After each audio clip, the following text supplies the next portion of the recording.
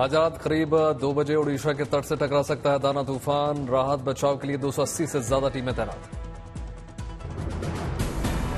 ओडिशा के धामरा तट से टकरा सकता है चक्रवाती तूफान दाना। 6 से 7 राज्यों में पड़ सकता है असर। गृह मंत्रालय की हालात पर नजर। गृह मंत्री अमित शाह ने ओडिशा के मुख्यमंत्री से बातचीत की पूरी मदद के लिए भरोसा जताया। दाना तूफान का सबसे ज्यादा असर ओडिशा और पश्चिम बंगाल पर होने के आसार। आंध्र, तमिलनाडु, झारखंड, छत्तीसगढ़ में भी दिख सकता है असर।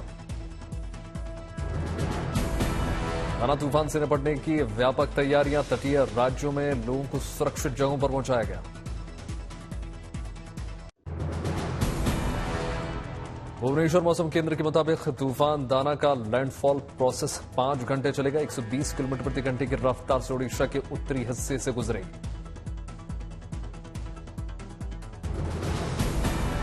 दाना के असर से भद्रक, केंद्रपाड़ा सहित कई जगहों पर 12 इंच से ज्यादा बारिश हो सकती है। बाकी तटीय इलाकों में 20 सेंटीमीटर तक बारिश हो सकती है।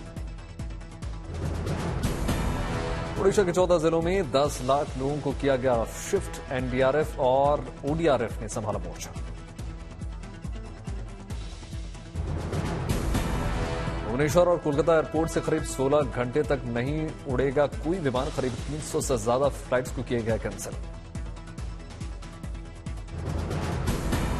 तटीय इलाकों में मछुआरों के लिए जारी की गई चेतावनी। समंदर से दूर रहने की नसीहत। तूफान दाना की वजह से 552 ट्रेनें रद्द। साउथ ईस्ट रेलवे ने 150, ईस्ट कोस्ट रेलवे ने 198, ईस्टर्न रेलवे ने 190 और साउथ ईस्ट सेंट्रल रेलवे ने 14 ट्रेनें रद्द की। पुरी के जगन्नाथ मंदिर परिसर में सभी अस्थायी टेंट हटाए गए। एस्बेस्टस की छतों पर रेत की बोरियां रखी गई।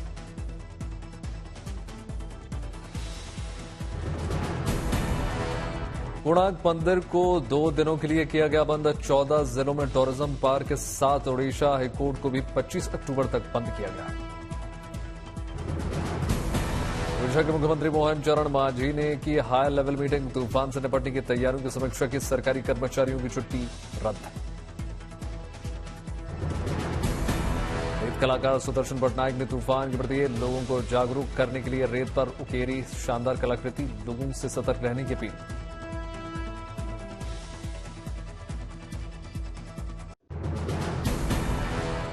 विमानों में बन गई फर्जी धमकी मिलने का सिलसिला लगातार जारी। आज 70 से ज्यादा फ्लाइट्स को मिली फर्जी धमकी।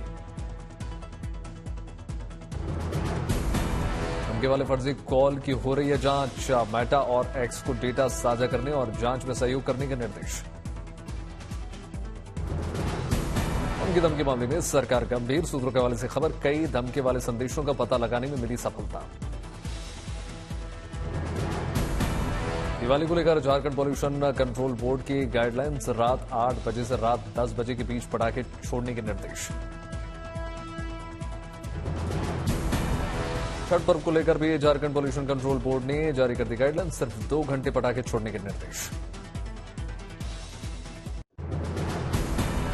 दिवाली और छठ को लेकर उत्तर प्रदेश की योगी सरकार का बड़ा फैसला। 28 अक्टूबर से 15 नवंबर तक प्रदेश में 24 घंटे मिलेगी बिजली। अधिकारियों को मुख्यमंत्री योगी आदित्यनाथ का निर्देश। हर्ष उल्लास के साथ मने पर्व त्योहार। लोगों की सुविधा का रखा जाए पूरा ख्याल। मुख्यमंत्री योगी आदित्यनाथ ने कहा, माहौल खराब करने की कोशिश करने वालों के साथ सख्ती से निपटेगी पुलिस। अराजक तत्वों को उन्हीं की भाषा में दिया जाएगा जवाब। योगी का निर्देश, कहीं से भी व्यापारियों के उत्पीड़न की शिकायत न आए। व्यवस्था बनाने में उनका सहयोग लें और सहयोग दें। मुख्यमंत्री योगी के निर्देश, सुरक्षा के हों पुख्ता इंतजाम। हर शहर में सुचारू ट्रैफिक का बनाएं प्लान। संवेदनशील क्षेत्रों में हो अतिरिक्त पुलिस बल तैनात। सोशल मीडिया पर चौकसी बढ़ाएगी उत्तर प्रदेश पुलिस। हर जिले में होगी निगरानी। फेक न्यूज पर कार्रवाई तय।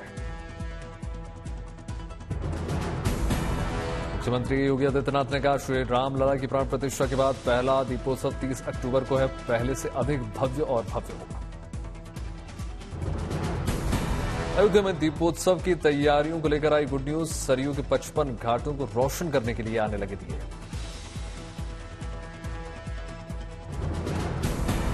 घाटों पर दियों को सजाने और रखने का काम 25 अक्टूबर से हो जाएगा शुरू। जलाए जाएंगे 28 लाख दिए। कॉलेजों के 30,000 स्वयंसेवक का घाटों पर जलाएंगे दिए। 40 संस्थाओं को भी सौंपी गई ये जिम्मेदारी।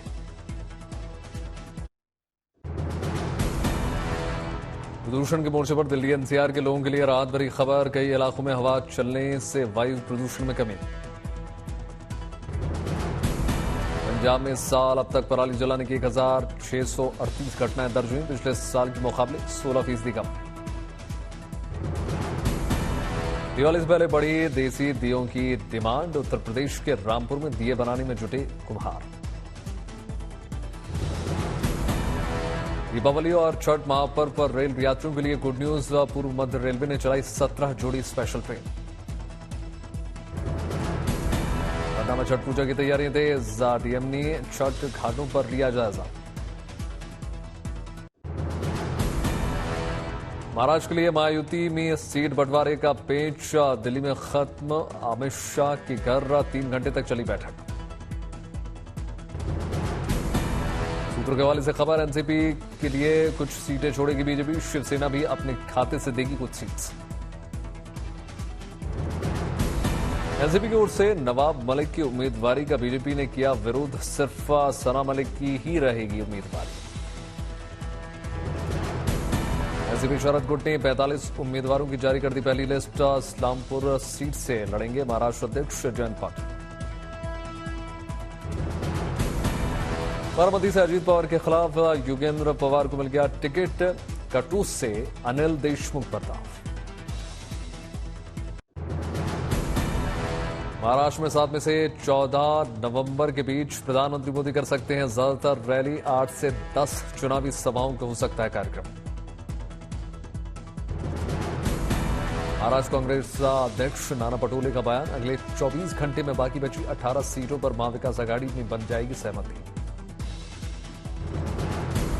महाराष्ट्र में महाविकास आघाड़ी के उम्मीदवारों के लिए चुनाव प्रचार करेंगे अरविंद केजरीवाल। आम आदमी पार्टी के दूसरे नेता भी रखेंगे जनसभा। उत्तर प्रदेश उपचुनाव में उम्मीदवार नहीं खड़ा कर पर बोले प्रदेश कांग्रेस अध्यक्ष अजय राय। इंडिया गठबंधन और समाजवादी पार्टी एक होकर मजबूती से लड़ रही है चुनाव। उत्तर प्रदेश कांग्रेस प्रभारी अविनाश पांडे ने कहा, हम अपने उम्मीदवार नहीं उतारेंगे लेकिन इंडिया गठबंधन के उम्मीदवारों को जिताने में करेंगे मदद। दिल्ली दौरे पर जम्मू कश्मीर के मुख्यमंत्री उमर अब्दुल्ला का दूसरा दिन। प्रधानमंत्री मोदी से उनके आवास पर मुलाकात।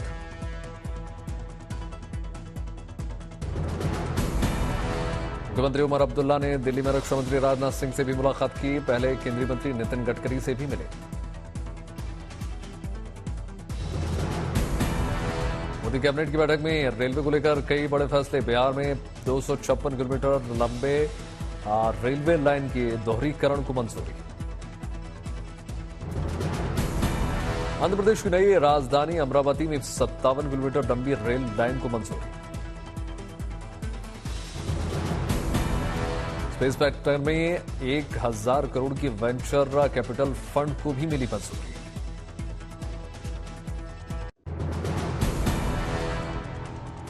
इंडियन मामले में पब्लिक अकाउंट कमेटी के सामने सेबी प्रमुख मधावी बुच के नहीं आने पर राहुल गांधी और खड़गे ने किया वार।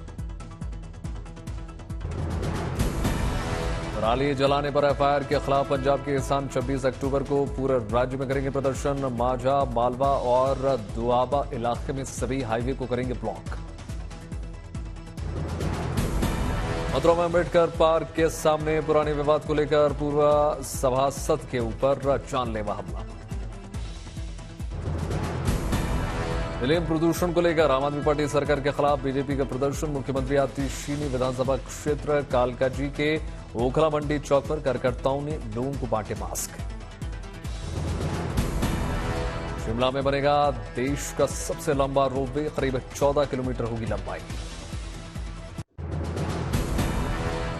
उत्तर प्रदेश उपचुनाव के लिए बीजेपी ने जारी कर दी 7 उम्मीदवारों की लिस्ट। गाजियाबाद से संजीव शर्मा को बना उम्मीदवार। करहल से अनुजेश यादव को टिकट। कुंदरकी से रामवीर सिंह ठाकुर पर भरोसा। बीजेपी ने खैर सीट से सुरेंद्र दिलेर, फूलपुर से दीपक पटेलू को टिकट दिया। बीजेपी ने कटेहरी से धर्मराज निषाद को बनाया उम्मीदवार। आरएलडी के खाते में जा सकती है मीरापुर सीट। कानपुर की सीसामाऊ सीट पर मंथन लगातार जारी।